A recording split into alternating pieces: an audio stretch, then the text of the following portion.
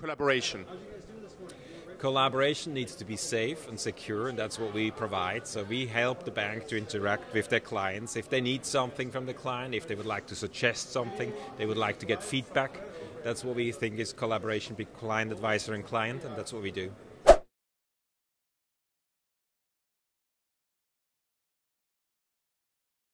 Grüezi, Tobias. Grüezi, grüezi. How are you doing today? Now terrific. Now you. terrific. I'll ask you again in a few before, hours. Right? So we're at Finovate London, or Europe 2019. How did it go? It went very well. We were a bit nervous that we forget some text, but it went very well. We got some nice compliments from people who have seen us when we walk around. So we're very happy with the show. Thank you. It's a pretty tight schedule when you go on stage, and the minutes are running pretty quickly. So, but it's a great exercise as well. Can you tell us more about safes then? Yes. So we all start with the basic concept of every user has more and more digital data. So in the old days, you would get everything on paper and you accumulate paper. In these days, you get everything digital. So we'd like to have one place where everything is safe and centrally stored.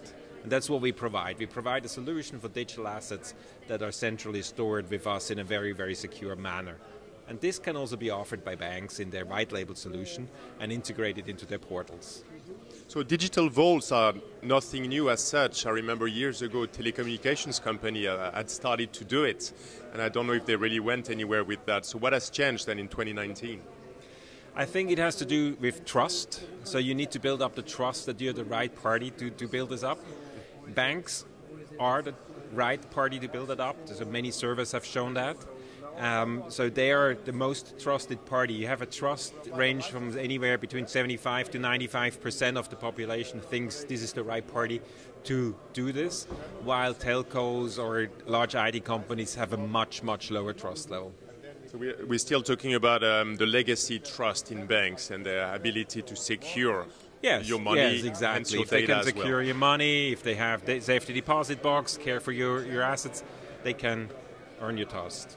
So, and what do you think of PSD2 then and open banking? Is that a potential challenge then on that concept of secure digital vault in people's perception? We'll see how it all plays out, right? It's still very new. I think fundamentally the European Union does very meaningful things when they liberated the telco space, when they did the PSD1. It was very good for Europe. We'll see what happens with PSD2. I can imagine that increases new services. It will create new combined services. I think there is a lot of logic in this, that you have Lego pieces that you can put together. But the time is not yet there, and we'll see what happens. On the topic of data, which is critical to most financial institutions and any organizations in the world, shall I say, what's their ability or their propensity to try to leverage customer data, hence protected data or secure data, to provide a better customer experience, to be more relevant? Is it something you think they should do more systematically, providing it's secure? Yeah, I mean, the big companies like Google and Facebook and so Apple, they do that already.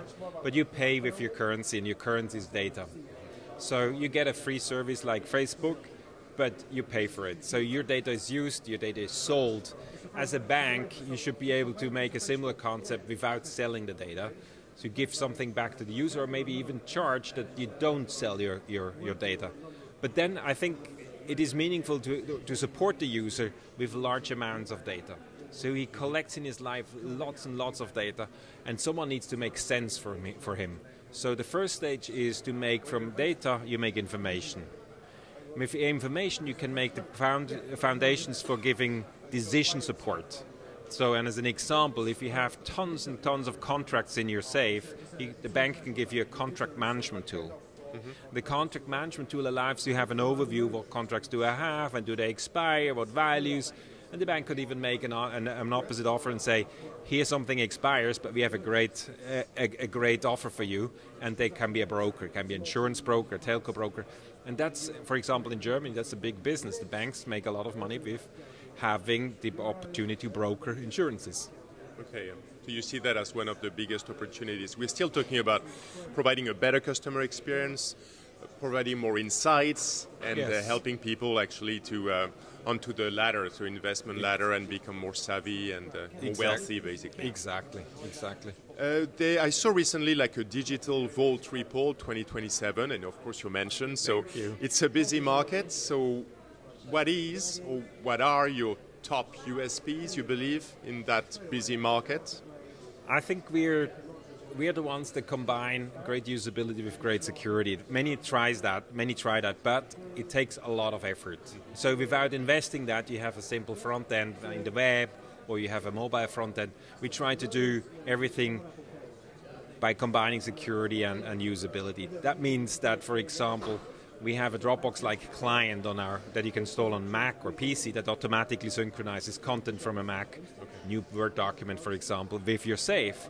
Now, we invested a lot to make this such that what you put down on your Mac or on your PC is also encrypted. So we enlarge the security space for you from the cloud onto your Mac. Another example, you have a lot of documents in your safe and you want to search for it. Normally a search engine makes a search index from all the documents and the content of the documents.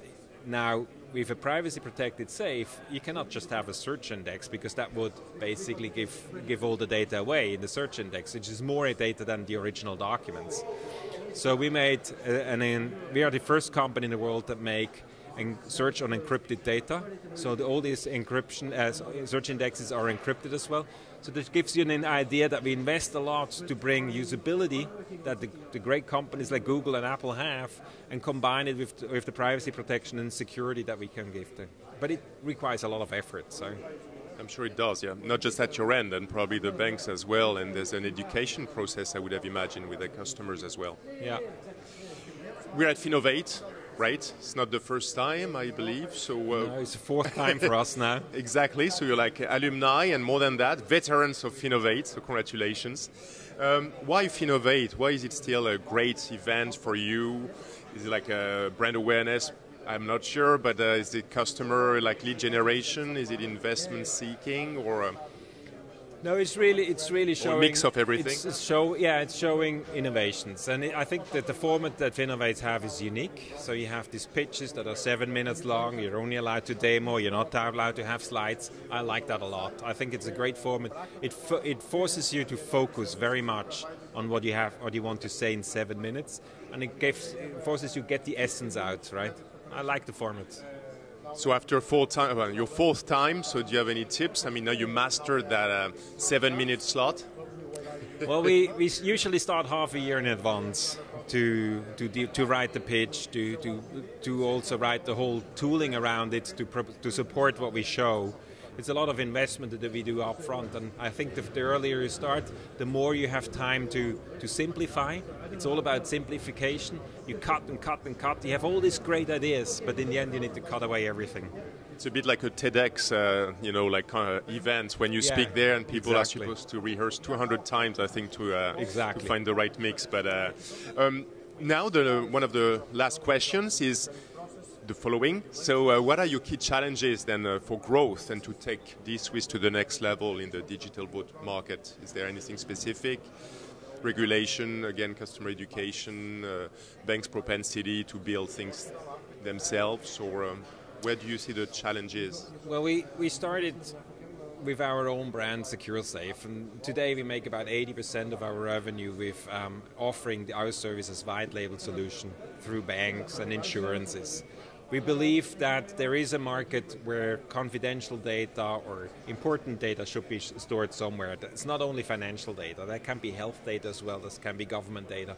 So our challenge and what we'd like to achieve in the future is bringing all this automatically together for the end user, and making a world where he has peace of mind, doesn't need to be afraid of any risks that can happen to his data. And that's what we further expand all the time into the new verticals. That's not a very ambitious mission statement or objective, isn't it? Yes, it is a vision. It is a vision. So you're going to change the world and make it much better and safer for everybody. That's what we want to do, right? Thank you very much for your time, Tobias. It was a pleasure, and good luck. I hope you'll be best of show again then. Thank you, Christophe. Thank you.